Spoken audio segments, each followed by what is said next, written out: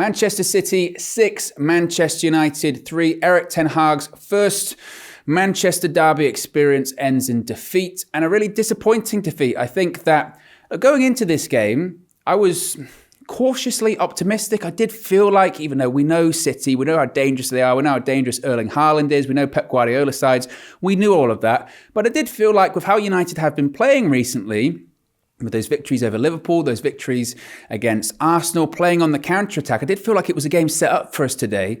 And I think the biggest disappointment for me is especially that first half, going in 4-0 down for the second time this season, going into a game half-time 4-0 down, was the lack of fight, the lack of aggression. You know, we can talk about City all day, how great City were and how world-class they are and the world-class players they have, and Erling Haaland and Phil Foden and Kevin De Bruyne and Jack Grealish, they were all brilliant today. But Manchester United, let's face it, were not good enough. We were not good enough, and we didn't want it. From the opening minute, you could tell that was a group of players that were nervous, they were shell-shocked, and they weren't up for it.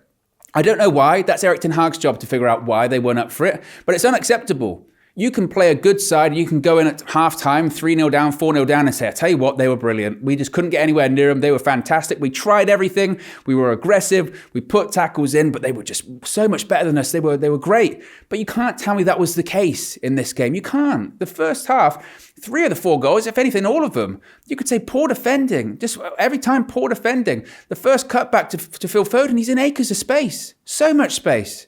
You can't have Phil Foden in the box with nobody around him. You can't have that. The next goal, the corner, Erling Haaland, Christian Eriksen's marking him. Who's setting that up? And even if that's the setup, I know we were going zonal and trying to mark your space, but somebody in the box, a leader, has to say, Eriksen's on Haaland there, maybe I should switch, maybe someone else should switch, maybe Varane should go on it, maybe. I know that's not what we're meant to be doing, but here's Haaland. They need to do that. And then with the other goals, you know, the Kevin De Bruyne, unbelievable pass to Erling Haaland, it's great, but trace it back a little bit. Jack Grealish runs the entire pitch. Nobody's near him. They just felt like if this was a boxing fight, the referee would have waved it off a long time ago. They'd have put their hands in the air, thrown in the towel, whatever, because Manchester United would have been bleeding out of their eyes, their nose, their ears. They'd have been on the canvas about 10 times, and the referee would have done a standing 10 count or a count on the floor. The game was over. And I know some people will say, but Martial came off the bench second half, and we scored 3 goals. And if you score 3 goals at the Etihad, and Antony scored a wonder goal, but they stopped playing by that point. City were 4-0 up, 5-0 up. At one point in the second half, it was 6-1. If anything, Pep's going to probably come out of the game and say, how did they get back to 6-3? Because that'll be their biggest disappointment.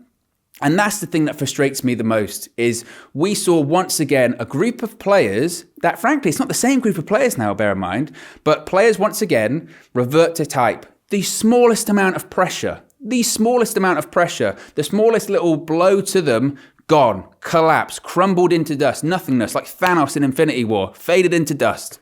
That's what Manchester United did. They disappeared. They vanished, especially after going 1 or 2-0 down. And we said that before the game too. What happens? What happens when we go 1-0 down? Can these players react? When it got brought back to 1-1 against Arsenal, they reacted, and it was positive. We did not see a reaction today. We didn't even see Manchester United start. That was the difference between that and the Arsenal game, is before Arsenal scored against us, we were actually playing well. We weren't playing well today. That is one of the easiest games City will have all season. And I don't want to take away from how City played, because I do think they played very well. But you can't argue we made it so easy for them. So easy. And Erik ten Hag, once again, for the second time this season, is standing on the touchline looking just as shell-shocked as the players, thinking, what does he have to do? What can I do with this group of players? What do they do? There's no character. There's no fight. In a derby, I'm at least asking people to kick people at that point, get yellow cards, do something. I think City probably gave away more fouls than we did. One in their own box, which I don't even know was actually a penalty.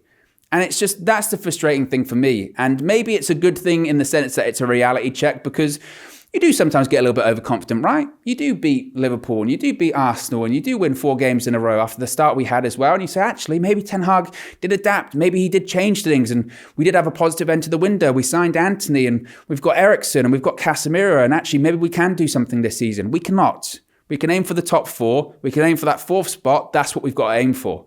And during that period of time between now and the end of the season, there's a lot of work to do. And there is still a fragility that's in the Manchester United players' minds that is just not good enough. And I don't know, honestly, how Erik ten Hag fixes that without getting rid of some of the players that are remaining and bringing even more new players in, because there's a group of players there that, again, the difference between City and United is that, yes, they've got more time with their manager, and yes, they have played so well for a long period of time, and yes, they have their own patterns of play and styles of play, but I look at United time, they're just fragile, they're weak, they're toothless, and it concerns me because I do feel like, especially in that first half, if we'd have played like that against a bottom of the table side, against a Bournemouth, against the Wolves, against a whoever, I feel like the result would have been similar. Because you can't play like that in the Premier League and get away with it. You can't be up for games. If you're not up for a game, if you're not aggressive, if you're not putting in tackles, if you're not willing to fight, you're going to lose every single game, let alone a Manchester derby. And that's what we saw today. Individual players, clearly, I could go through the entire United side and say they probably played bad. I think Christian Eriksen was disappointing. I'm not going to go in too hard on him because he's had an excellent season for Manchester United. But I think today, if anything, actually, in a weird way, highlighted his importance to us. If Christian Eriksen doesn't play well, Man United don't win. It's as simple as that. Bruno Fernandes was largely quiet, gave the ball away at times. Jadon Sancho, frankly, was anonymous during the game. Again, you could say Anthony Martial came on, and we did see just the difference of actually having someone that is a striker at number 9. Scores 2 goals. His penalty was sensational. I think it's one of the best penalties I've seen. But by that point, it's too late. Anthony, he scored a great goal, and I think that'll maybe get him off the hook a little bit for that performance, but I'm begging him to take on a player. So many times he's one-on-one with the fullback, and you're thinking, right, take him on, do something. Does a step over, pass it backwards. You've got to show a little bit of fight, as I mentioned, a little bit of instinct, a little bit of boldness, because when he did that, he scored, and that's the difference. You know, you've got to attack the game like that.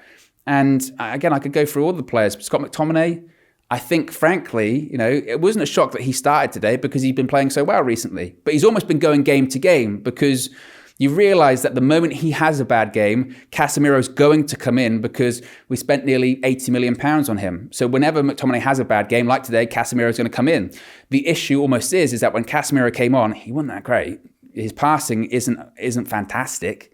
So I expect Casemiro to start the next game against Everton. I actually expect McTominay to start in the week against Omnia in the Europa League. But I saw a midfield that was really non-existent today. I felt sorry at times for the defence, the back four, because they were so exposed that it was just relentless. And every time we did defend well, on the rare occasion, the ball just came straight back because we gave it away every single time. Varane now being injured, that's a concern. There's going to be questions about his fitness, and everything that went bad or could go wrong today went bad for us. And now it's just a case of Ten Hag trying to pick up a group of players that have a fragile confidence. And we've got to do it for Thursday and then go into Goodison Park next weekend, which is always going to be tough. So a lot of work for Erik ten Hag to do. I mean, I wasn't going to be too disappointed at a defeat, but the manner of the defeat is really what's disappointed me the most. And Ten Hag's got work to do. And I wouldn't want to be in his shoes right now.